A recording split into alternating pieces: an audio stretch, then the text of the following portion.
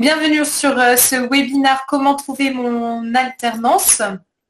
Alors ce soir, je suis accompagnée pour ce webinaire de Marielle Babot. Merci Marielle d'être là. Donc Marielle a travaillé plus de 20 ans dans le domaine des ressources humaines en entreprise et ces dernières années, elle modélise dans une thèse le sujet des reconversions professionnelles et elle intervient aussi en tant qu'enseignante à l'école et par ailleurs, elle est consultante RH à Marseille. Tout à l'heure, on pourra l'entendre au sujet des entretiens pour avoir quelques conseils sur comment bien se présenter et qu'est-ce qui est important à mettre en avant. Et puis, je suis aussi accompagnée de Charles Kegre, qui est ancien élève de l'EMD et depuis quelques années responsable du Job Center de l'école. Donc, ceux qui sont inscrits à l'EMD, étudiants, anciens élèves aussi, vous aurez certainement l'occasion de le voir au moins une fois dans votre vie, parce que le bureau du Job Center est toujours ouvert. Alors, tout de suite, sans perdre de temps, je vous présente le programme de ce soir. Donc, tout d'abord, je vais rapidement vous représenter l'EMD et les différents parcours en alternance. Ensuite, Monsieur Kegre prendra la parole sur ce qu'est le Job Center à l'EMD, quelques conseils sur les recherches d'alternance, le fonctionnement du contrat d'apprentissage, comment rédiger son CV et sa lettre de motivation. Et enfin, on laissera la parole à Marielle Babot pour les questions autour des entretiens. Et ensuite, on vous laissera la parole pour que vous puissiez poser vos questions. Donc tout de suite, on commence sur l'EMD. Donc pour rappel, l'EMD, c'est une école qui a été fondée il y a une quinzaine d'années par des chefs d'entreprise. Et notre but, c'est de former une future génération de managers éthiques, c'est-à-dire de personnes qui auront comme critère de décision la recherche du bien.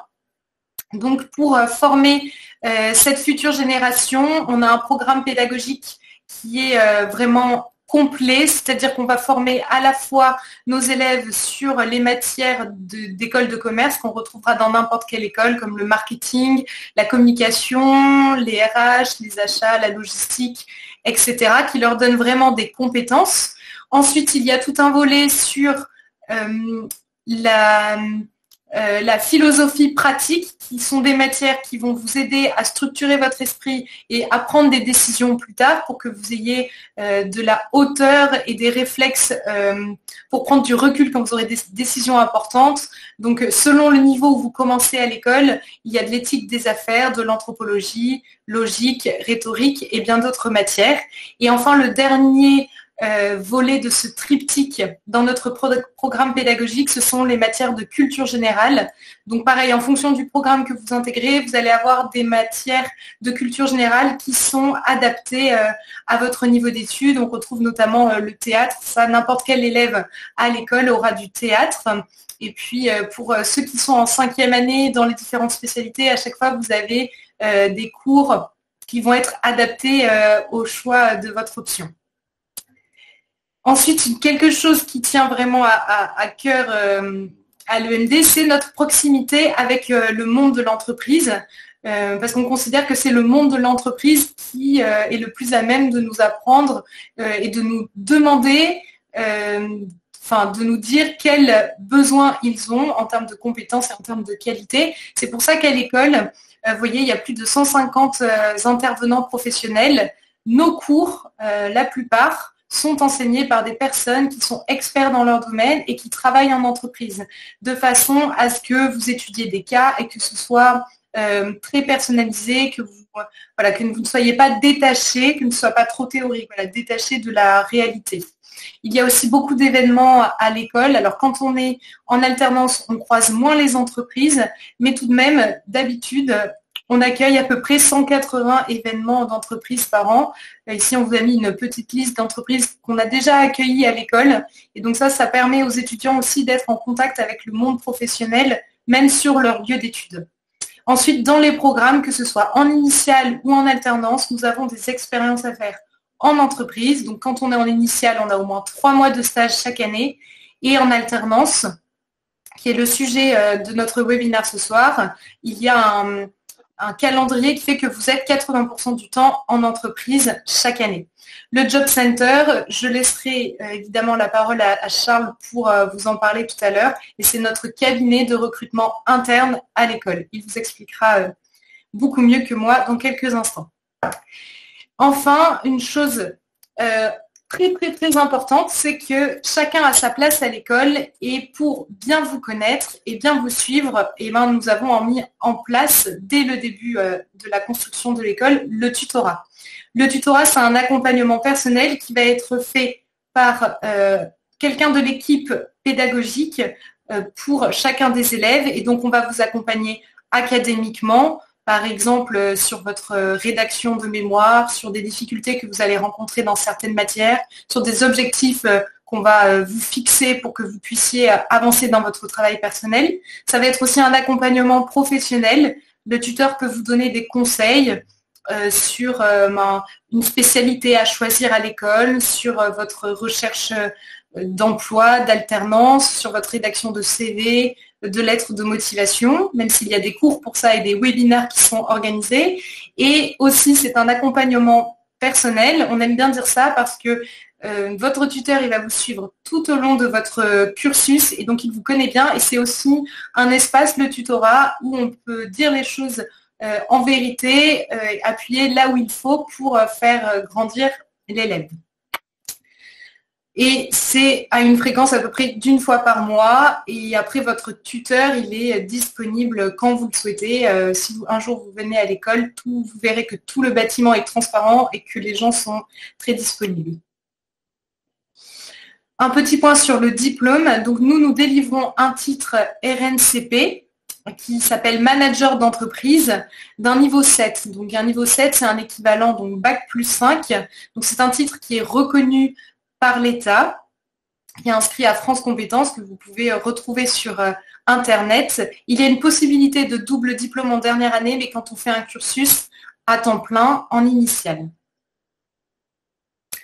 Donc, pour le parcours en alternance, qui est l'objet de notre webinaire, il faut savoir qu'on peut rentrer soit après un Bac plus 2, et donc avoir un contrat d'apprentissage qui durera 3 ans jusqu'en Bac plus 5, ou on peut rentrer en Bac plus 4 et trouver un contrat d'alternance de 2 ans. La troisième année, quand on rentre en troisième année, c'est une année qu'on appelle tremplin chez nous, qui permet vraiment de remettre à niveau toutes vos compétences pour que vous puissiez rentrer sereinement en quatrième année et pour aller jusqu'au Bac plus 4. Le Bac plus 4, c'est une année généraliste et c'est qu'en cinquième année où vous allez vous spécialiser dans l'une des options suivantes: marketing digital, marketing vente communication, ressources humaines, management international, finance, audit et contrôle de gestion, et enfin tourisme, innovation et management. Si vous avez des questions sur le programme, le concours, etc., pour ceux qui viennent de nous rejoindre, on pourra en discuter à la fin de ce webinaire. Rapidement, pour un petit bilan de ces 3 années d'alternance, donc en troisième année, c'est donc un contrat d'apprentissage de manière obligatoire qu'on doit trouver pour 3 ans quand on rentre à ce niveau-là. On a 510 heures de cours dans l'année et un mémoire de recherche.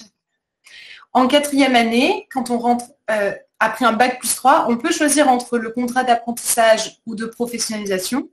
Il y a 460 heures de cours et un projet de business plan à faire en groupe dans votre classe, qui est la création d'une entreprise fictive et que vous allez présenter devant un jury en fin d'année. Vous allez présenter le plan marketing et communication, le plan financier.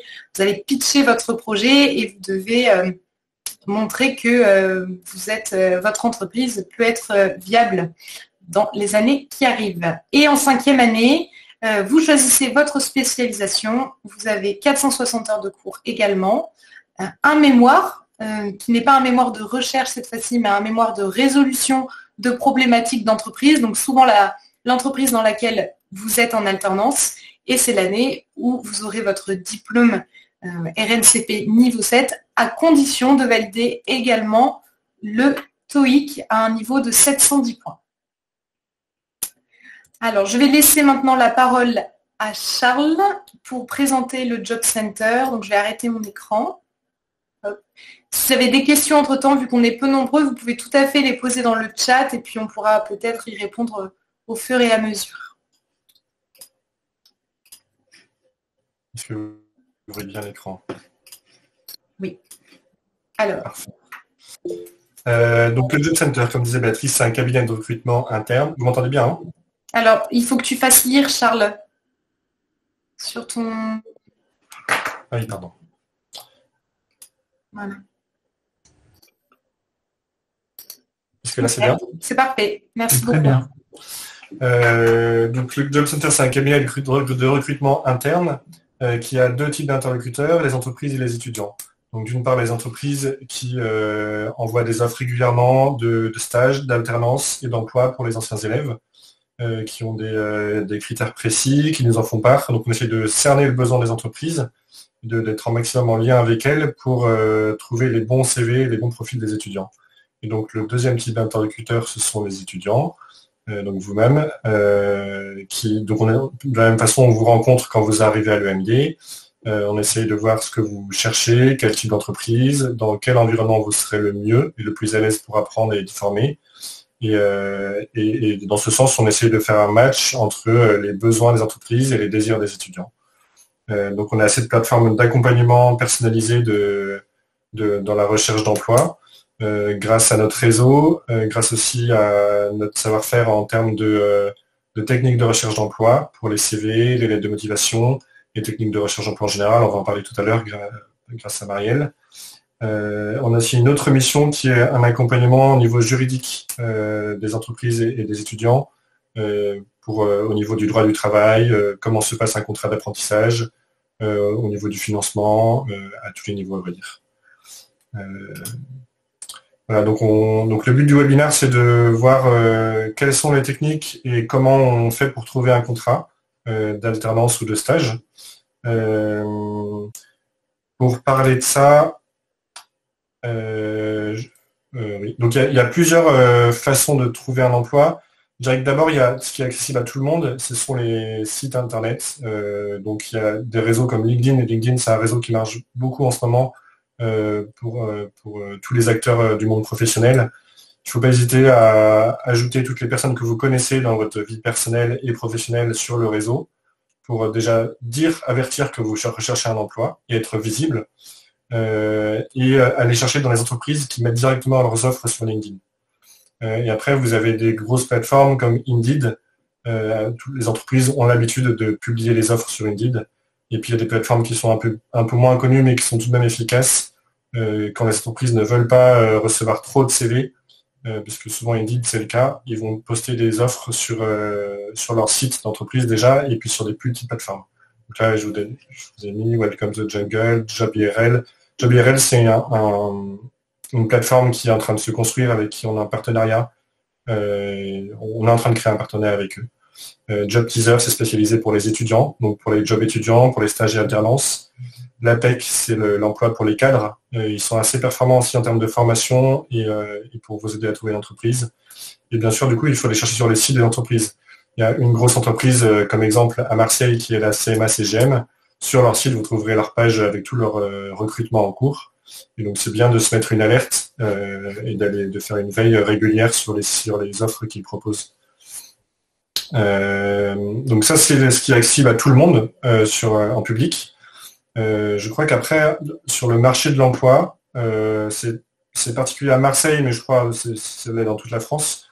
Il y a un marché de l'emploi qui est assez souterrain. Ça veut dire que les entreprises qui recrutent vont d'abord aller chercher dans leur réseau personnel pour recruter, parce que c'est un réseau qui est fiable et en qui ils ont confiance, avant de mettre une offre sur Indeed, de recevoir beaucoup de CV, ça va leur demander beaucoup de travail de sélection de CV.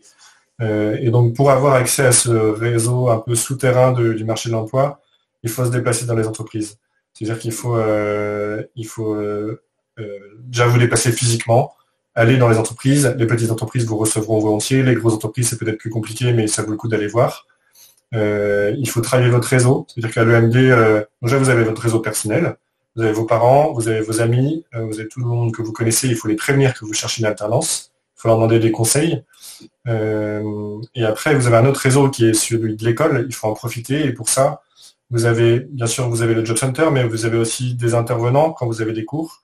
Vous avez toutes les personnes, en fait, il n'y a pas de personne qui est dédiée à la relation entreprise à l'école, parce que tout le monde est en lien avec le monde professionnel. Et donc, n'hésitez pas à demander à toutes les personnes que vous rencontrez à l'école s'ils ont des idées pour vous aider. Des idées sur votre orientation et aussi des idées sur les types d'entreprises que vous pouvez prospecter et si eux-mêmes n'ont pas des contacts qui pourraient vous intéresser. Voilà pour la prospection. Pour la prospection, ouais. Dans le type d'entreprise qu'on a à l'école, il est assez varié et divers, dans le sens où on a à vue d'œil 50% de petites entreprises qui sont plutôt locales, qui est constitué d'entrepreneurs ou de start-up, d'entreprises qui grandissent au fur et à mesure. Et puis vous avez aussi une 50% d'entreprises qui sont des grosses entreprises, soit locales, comme la CMA-CGM, donc en logistique maritime, ou alors des nationales, comme ici on voit la BNP. La compagnie du Ponant, on peut dire que c'est une grosse entreprise maintenant qui fait des croisières de luxe. Voilà. Et après, sur les métiers, les types de métiers pour lesquels vous pouvez postuler, on est sur une école de commerce. Donc, dans une école de commerce, on apprend des métiers support. Donc, il y a tout type de métiers. Donc, on est sur des ressources humaines, de la finance, de la vente, du commerce, de la communication, du marketing. C'est très large. Donc, tous ces métiers-là, ces métiers support, sont existants dans tout type d'entreprise. Donc, il faut aller prospecter à la fois les banques, et dans une banque, il n'y a pas forcément les marchés les métiers que commerce et financier. Dans une banque, on fait aussi de la communication. Donc, toutes les entreprises que vous connaissez, allez-y, vous pouvez prospecter. Voilà, je ne sais pas si c'est assez clair, mais vous voyez, il y a même on parle de l'immobilier. Dans l'immobilier, il y a des écoles d'immobilier, mais dans l'immobilier, on fait aussi de la communication, on fait aussi de la finance. Voilà. Un petit mot rapide sur le fonctionnement du contrat d'apprentissage. Il y a deux types de contrats. Il y a le contrat d'apprentissage et le contrat de professionnalisation. Le contrat d'apprentissage est le plus courant et le contrat pro est spécifique aux étudiants qui ont plus de 30 ans. Donc c'est plus rare. Si vous avez des questions sur le contrat pro, vous venez m'en parler après, je vous expliquerai le fonctionnement. Sur le contrat d'apprentissage qui représente 98% de nos contrats, il y a beaucoup d'atouts pour l'entreprise à vous embaucher. Ça veut dire que la formation au niveau financier, déjà, la formation est intégralement prise en charge. Et au niveau de la rémunération, elle est assez faible, elle est très peu chargée. Et l'entreprise a une aide de 8 000 € à l'embauche d'un apprenti jusqu'en décembre 2021. Si on prend un cas assez classique d'un étudiant qui a entre 21 et 25 ans, il va recevoir alors un peu plus, c'est 850 € par mois de salaire minimum. L'entreprise, ça va lui coûter...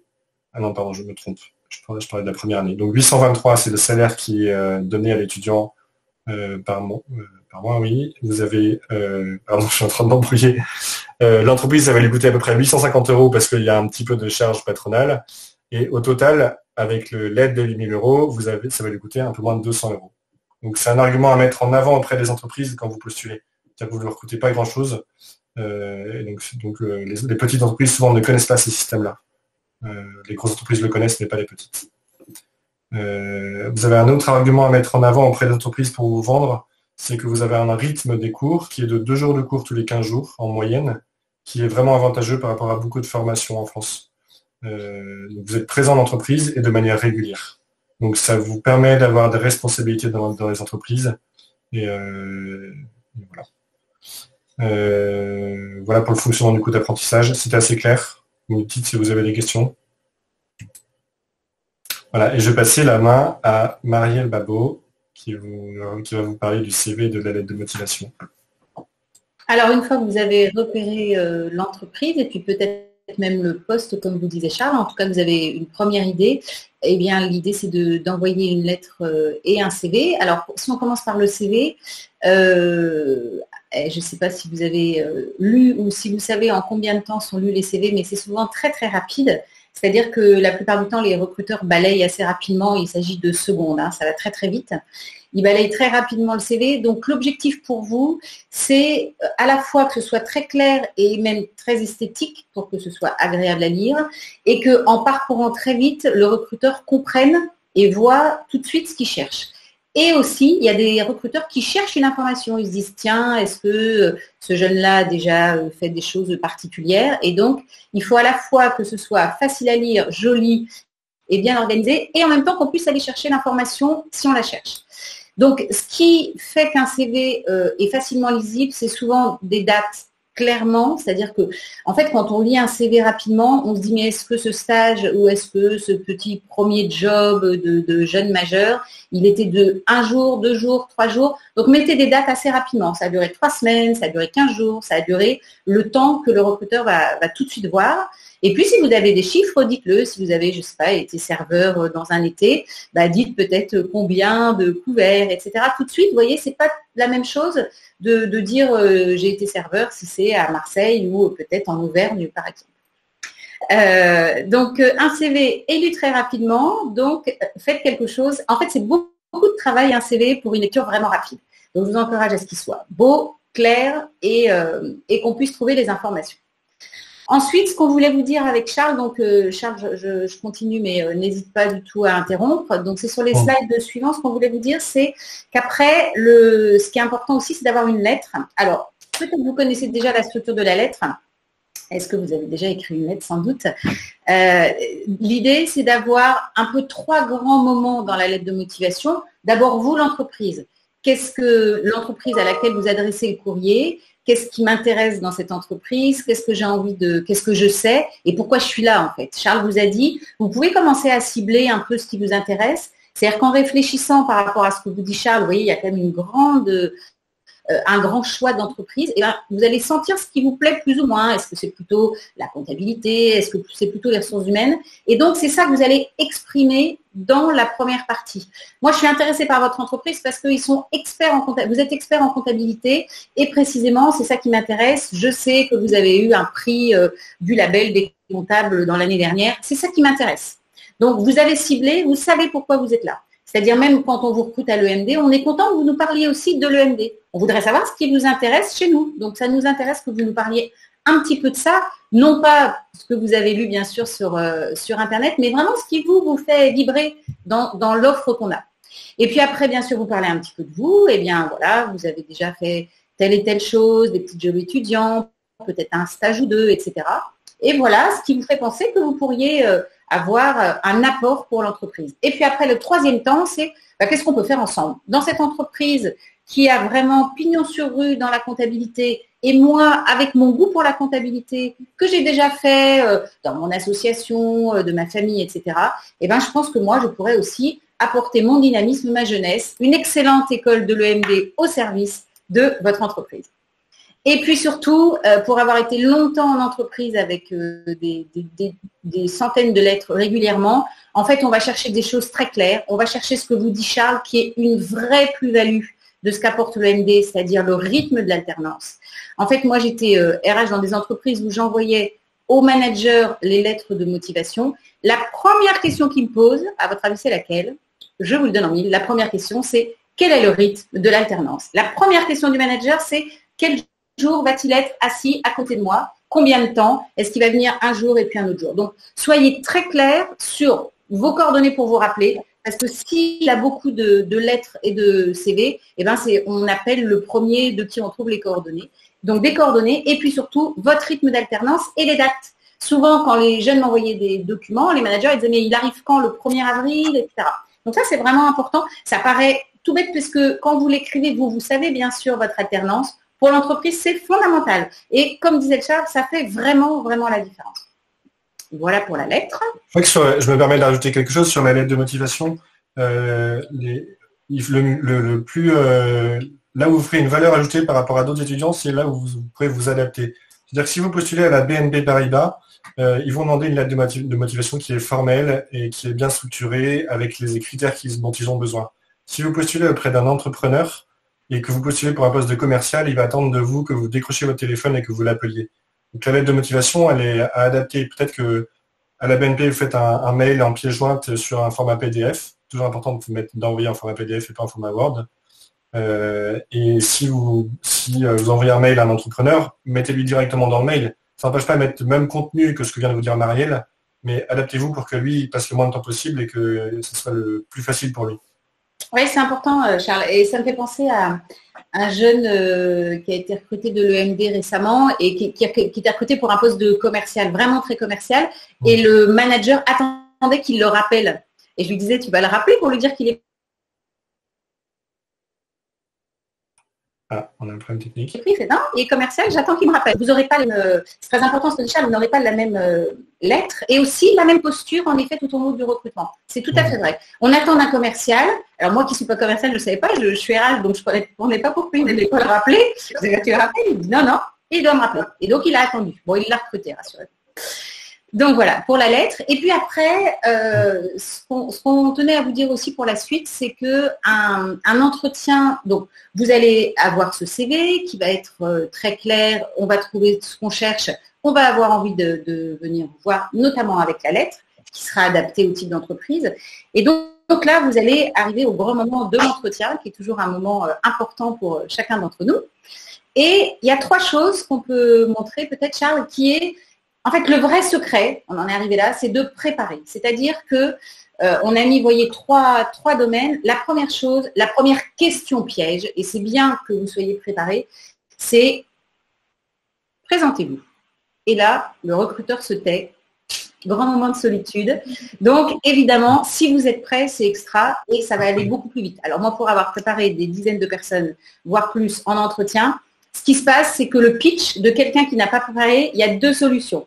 Soit c'est extrêmement court et inintéressant, soit c'est extrêmement long. Donc, avec Charles, le job, c'est un peu d'apprendre aux gens à faire un pitch assez rapide. Le pitch, c'est 1 à 2 minutes. En fait, 1 minute, c'est bien. C'est quelque chose de très concis qui vous aide rapidement et pourquoi vous êtes là. Mais surtout qui vous aide rapidement. Et après, le recruteur va vous poser des questions et va reprendre la main. Mais voilà, c'est ni court ni long. Ça, c'est le pitch.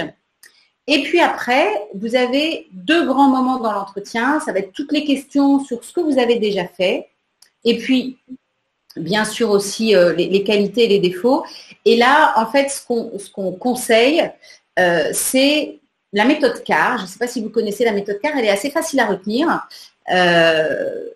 C'est de présenter, en fait, de préparer tout ce que vous avez envie de raconter au recruteur avec des exemples. C'est-à-dire, si je suis recrutée par Charles et que je lui dis que je suis très organisée, il y a peu de chances pour que Charles me croie. Par contre, si je dis à Charles, je suis très organisée, d'ailleurs, dans mon dernier poste de l'année dernière, j'ai remis à jour toute l'organisation, j'ai fait sur le disque dur toute une organisation qui a permis à tout le monde de se retrouver. Là, je commence à donner des exemples. Vous pouvez aussi, vous qui arrivez là dans les études, dire des choses qu'on dit de vous. Si vous faites du sport, si vous faites, même peut-être dans votre entourage professionnel, enfin en tout cas des choses qui vont avoir trait à vos qualités professionnelles, mais pouvoir dire, on dit de moi, même à la maison, que je suis justement très organisée, etc. Donc ça veut dire que si je dis à Charles que je suis rigoureuse, si je dis à Charles que je suis dynamique, et en fait, il n'a pas de raison de me croire. Et donc la seule raison qu'il a de me croire, c'est tous les exemples que je vais amener. Alors vous allez me dire, évidemment, j'en suis certaine, oui, mais je peux mentir. Bien sûr, vous pouvez mentir. D'abord, il n'y a aucun intérêt à mentir. Et puis, de toute façon, l'idée, c'est vraiment d'apporter ce que vous avez. C'est-à-dire, si vous êtes dynamique, dites-le. Il y a même pas, c'est pas la peine de mentir. Dites. En fait, c'est intéressant dans les candidats de remarquer, quand on fait beaucoup de recrutement, que chacun a ses qualités. Vous voyez, on est 4 à vous présenter. On n'a pas les mêmes qualités. On n'a pas les mêmes points d'amélioration. Et Béatrice, Pierre, Charles et moi, on ne va pas vous raconter la même chose en entretien. On n'a pas besoin d'inventer. On raconte juste qui on est avec des exemples. Alors cet exemple avec la méthode CAR, vous êtes impatient de savoir ce que c'est que la méthode CAR, évidemment. C'est donner un contexte. Donc dans le contexte de mon dernier poste ou de mon stage ou de mon job étudiant, j'ai été rigoureux. Ce contexte, c'était quoi? C'était une entreprise de 10 personnes, une entreprise de 100 personnes. C'est ce que je disais tout à l'heure, c'était 2 jours, un jour. Racontez-nous un petit peu pour qu'on voit de quoi on parle. Est-ce qu'on parle d'un jour de travail ou est-ce qu'on parle de 20 jours de travail? Quelle était l'action et quel était votre périmètre? Ben moi, j'étais serveur dans ce restaurant qui recevait des centaines de couverts par soir avec un rythme incroyable. Et mon action à moi, c'était, dans le côté serveur, de prendre les commandes. Et après, c'est pas moi qui apportais. Dites-nous exactement quelle était votre action. Comme ça, je vais savoir ce que vous avez vraiment fait. Et puis, quel résultat. Écoutez, au départ, j'ai pris les commandes, j'ai rien retenu, je m'en sortais pas du tout. Ça n'allait pas, je faisais apporter du coca à la place des jus de tomates, c'était une catastrophe. Et puis, j'ai appris, j'ai compris, je me suis calmée, j'étais stressée et j'ai réussi. Ce que j'aurais pu améliorer, ça s'est arrêté au bout de 3 semaines, ce que j'aurais pu améliorer, c'est peut-être que j'aurais pu rendre perfectible les avec oignons et sans oignons. Voilà. Donc là, on sait que vous étiez dans un restaurant très, très fréquenté, qui avait beaucoup de monde, que vous avez travaillé 3 semaines, et donc on sait à qui on a affaire. Ce qui sera évidemment différent d'un serveur qui a été serveur pendant 2 ans en Auvergne, dans un petit restaurant où il y avait 4 couverts par soir. Donc la méthode CAR, elle est précieuse pour préparer. Vous avez compris, le secret, c'est préparer. Merci Charles. Le secret, c'est préparer. Elle est précieuse pour préparer, et ce qui fait que quand les questions vont arriver, eh bien, vous serez prêts et vous allez raconter. Alors, je sais que vous n'avez pas les qualités, les défauts qu'on va vous poser en entretien. Préparez-le quand même, c'est plus facile. Moi, j'ai entendu des choses tellement drôles de gens qui n'ont pas préparé. C'est-à-dire que quand on ne prépare pas, on raconte un petit peu des bêtises. Donc, surtout préparer. Et pareil, donner un exemple. C'est la même chose, vous dites je sais pas, j'arrive toujours à l'heure. Et d'ailleurs, pendant les 3 semaines où j'ai travaillé comme serveur, je n'ai pas eu un seul retard. Voilà, vous donnez un exemple. Voilà ce qu'on peut dire sur la préparation. Écoutez, je pense que c'est un peu ce qu'on voulait vous partager comme action à la fois d'aller chercher l'entreprise et puis de savoir répondre en entretien. Et puis, bien sûr, maintenant, nous sommes ouverts à vos questions. Béatrice va reprendre la main. Je peux juste ajouter une dernière chose. Quand vous avez terminé votre entretien, je crois qu'il ne faut pas croire que c'est la fin de la candidature. Envoyez un petit mail à l'employeur pour le remercier d'avoir pris le temps de vous avoir reçu en entretien. Et ce serait une façon de vous démarquer. Et pourquoi pas, ce serait l'occasion de faire un compte rendu de l'entretien. C'est toujours appréciable pour un recruteur de savoir si vous avez été attentif, ce que vous avez retenu, est-ce que vous avez bien cerné le poste. Et voilà. Ouais, je suis d'accord. Et je pensais que tu allais dire autre chose. Et c'est au dernier moment, c'est vrai que jusqu'au dernier moment, vous êtes en entretien. La concentration, elle tient jusqu'au bout. Ça nous arrive souvent, et même pour les mémoires d'ailleurs, que la personne soulagée de l'entretien qui s'est bien passé se lâche un peu et devient plus familière. Et toute la qualité de l'entretien qui a eu lieu, vous étiez bien habillé, vous avez fait des efforts, vous avez donné des exemples, vous avez expliqué, on venait de créer un très joli lien, et tout d'un coup, pouf, la chose se relâche et on a l'impression qu'il est déjà arrivé dans sa chambre chez lui et il nous parle d'une manière un peu moins professionnelle. Jusqu'à ce que vous soyez arrivé chez vous, vous êtes toujours en situation de personne qui va collaborer avec un recruteur avec qui vous allez échanger. Effectivement. Et donc ça, c'était ce que je pensais qu'elle allait dire Charles. Enfin, ça m'a fait penser à ça quand Charles est intervenu.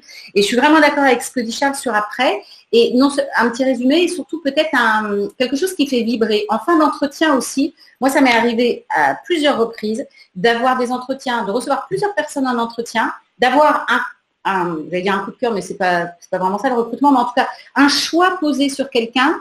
Et à la fin de l'entretien, j'ai pas du tout pensé qu'elle était motivée, cette personne-là. Donc, à la fin de l'entretien, si vous avez eu un feeling avec le recruteur, si vous avez envie de rentrer dans cette entreprise, dites-le. Eh bien, écoutez, vraiment, avec tout ce que vous m'avez dit de cette heure-là, je suis encore plus motivée qu'au départ. Parce que sinon, on est un peu déçu. On a envie que la personne qui vienne, elle ait envie de venir. Juste pour clore tout ce qu'on vient de dire, je vais vous faire juste part de mon expérience. Ça fait 3 ans que je suis au Job Center. De ce que je remarque, c'est que c'est difficile de trouver une alternance, c'est difficile de trouver un stage, parce que le marché de l'emploi est tendu, parce que les entreprises sont exigeantes. Mais si vous avez confiance et que si vous vous préparez, c'était vraiment la grande leçon de Marielle quand elle avait marqué en gros sur son slide, se préparer. Si vous préparez bien vos entretiens, si vous préparez bien votre lettre de motivation, si c'est personnalisé, si vraiment tout votre travail est consciencieux, il n'y a vraiment aucun souci, vous trouverez une alternance. Je ne connais pas d'étudiant qui n'a pas fait bien le travail et qui n'a pas trouvé. Vraiment, c'est une chose vraie. Je crois que l'étudiant qui n'arrive pas à trouver, ça veut dire que vous trouverez tout de suite, hein, je crois qu'il faut être patient, mais les étudiants qui n'arrivent pas à trouver, et il y en a peu, c'est les étudiants qui préparent mal leur recherche d'emploi. Et je crois que la plupart des étudiants de l'EMD sont motivés pour trouver, et vraiment ils trouvent. Et nous, on est là pour vous aider, on n'est pas là pour trouver à votre place. la majorité du travail est faite par vous-même, mais si vous le faites bien, vous trouverez vraiment. J'y crois vraiment. Voilà. Merci beaucoup, Marielle et Charles, pour